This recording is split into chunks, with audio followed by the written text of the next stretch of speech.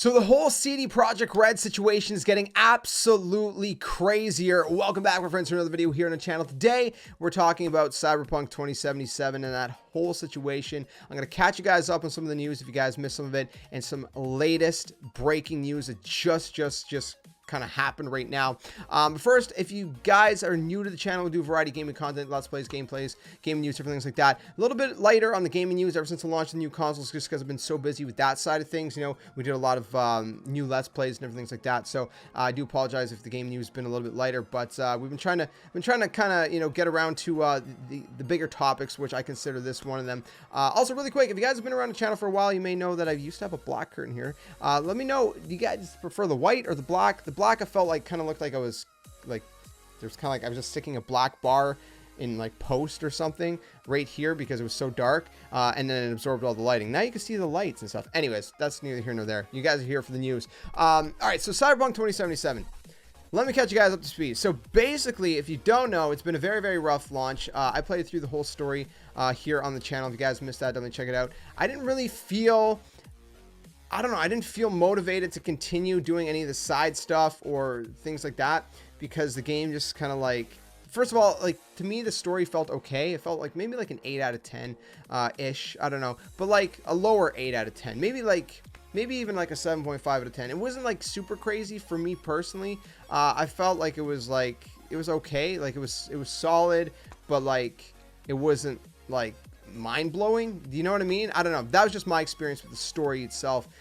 So, you know, bugs aside, you know, like I wasn't super wowed by the story, but it was a fun experience. So, like, if it wasn't for the bugs, I'd say it's worth playing. Obviously, at this point, you're going to want to wait. But my experience with the bugs, I had a lot of crashes. I even crashed during the freaking credits, believe it or not, which is kind of weird, right? Like, what's going on? It's just credits. And then I had things like, you know, characters talking over each other and just kind of weird, like, bugs like that.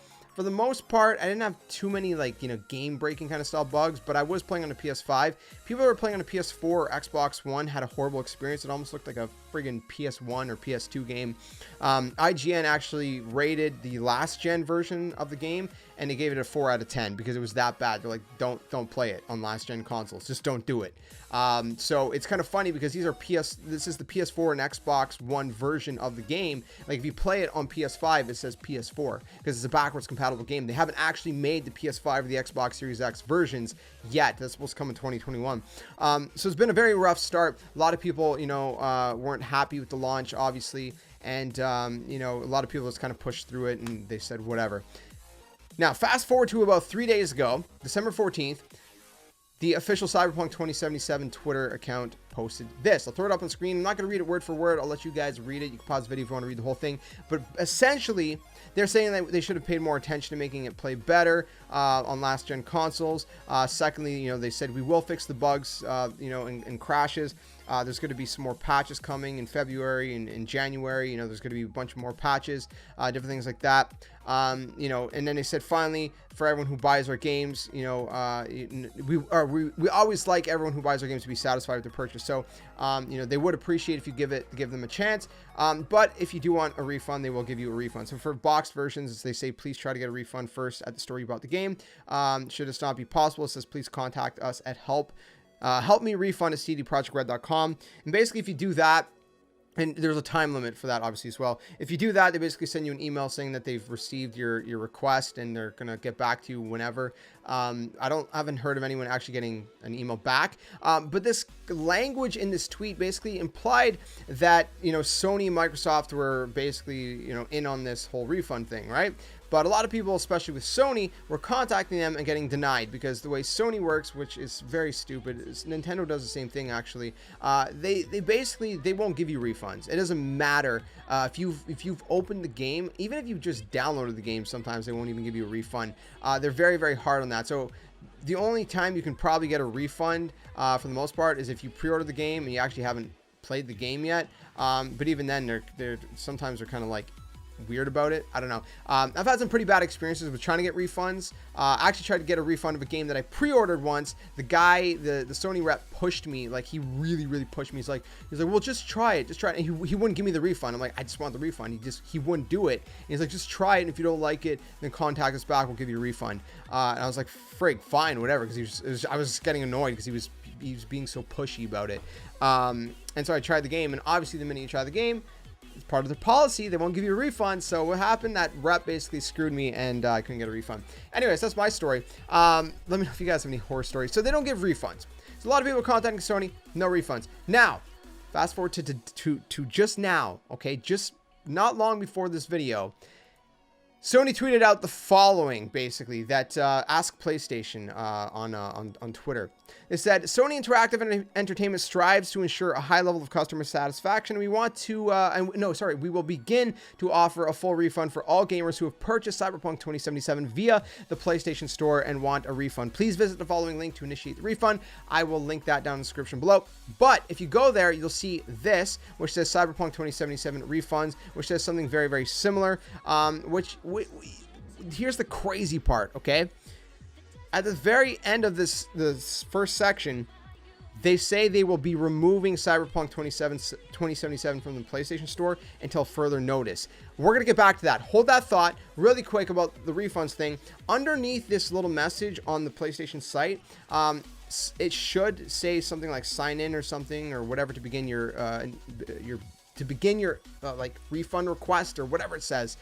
But sometimes when you click on that, you get a 404 error message, and sometimes that thing doesn't even pop up and it's just a blank page. So it seems like they're having a little bit of bugs. So if you do try to initiate a request, a refund request, just keep that in mind. If it's not working right now, just keep checking back, and eventually the site should work. But it's buggy, probably getting flooded by a lot of people. Now back to the other part. Cyberpunk 2077 being removed from PlayStation Store. Wow, that is huge. And dude, they did it.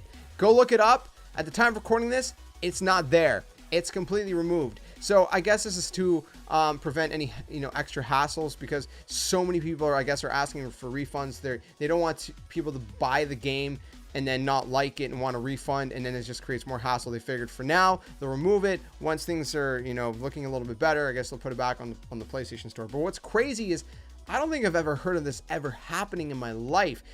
To have a game removed and Sony to actually give freaking refunds. Like, Sony doesn't give refunds unless it's a pre-order, and even then they're very weird about it. Like I said, that's crazy. This is insane. This is freaking huge. So it's, dude, I don't even know, man. This whole situation is crazy.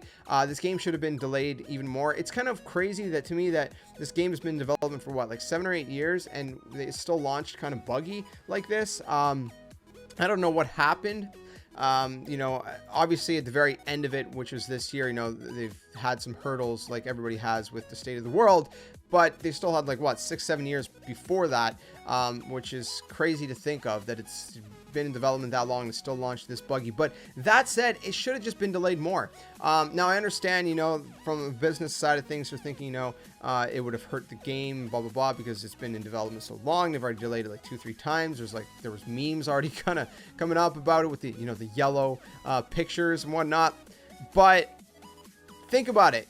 Now it's hurting the game and even the company even more than if they would have just delayed it more. They should have just delayed it, an extra year. And I do feel bad for all the developers that basically had no say in this, right? Like, they just did their best. They put a lot of blood, sweat, and tears into it, into the game, and maybe they knew that it wasn't ready. But those developers are probably going to get a lot of heat, and try not to give heat to those people. Because there's a lot of people that it wasn't their say on when the game got put out, that still worked on the game. For those people, I do feel bad, because like I said, they put a lot of blood, sweat, and tears into the game, and it's basically all backfiring, and to see people not satisfied with what you worked so hard on, and again, like I said, those specific people probably had no say in what state the game was being pushed out in, published in, released in, rather. So I don't know, it's crazy situation. I wanted to kind of quickly update you guys on it, because it's been insane. Let me know what you guys think about it all in the comment section below.